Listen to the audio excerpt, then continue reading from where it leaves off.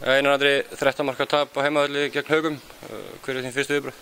Það bara virkilega vonbrigði og óánægður með okkar leik í dag. Hvað var það sem klikkaði? Það var nánast allt síðustu 25 mínútur sem fór úrskeiðis hjá okkur og svona hálfgerð bara uppgjöf í okkar liði og það virkilega vonbrigði. Þið mættu svona þokkar að vera stemdir til leiks og voru fínir svona fyrstu 10 mínúturnar og svo skoruðu ekki mark í 14 mínútur í fyrri hálfleik. Kannski það sem gerði svona útslagið í leiknum? Já, það svona kom mjög slæmur kafli eins og segir í lok upp og miðjum fyrri hálfleik og það sem var þeir náðu nokkuð mörkum en við svo svona náðum að minnka þetta í 4 í byrjun seinni hálfleik, svo áttum möguleika að koma sér í 3 og leikurinn í þokkalegu jafnvægi en hvað gerist eftir það er spurning. Næsti leikur í ykkur á Akureyri, hvað þurfið að bæta fyrir þann leik?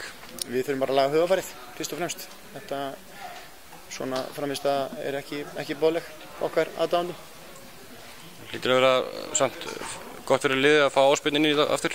Já, við bara þurfum á öllum leikmönnum að halda eins og sást í dag og það tekur svo tíma að koma honum inn í þetta eins og öðrum og spila liðið saman.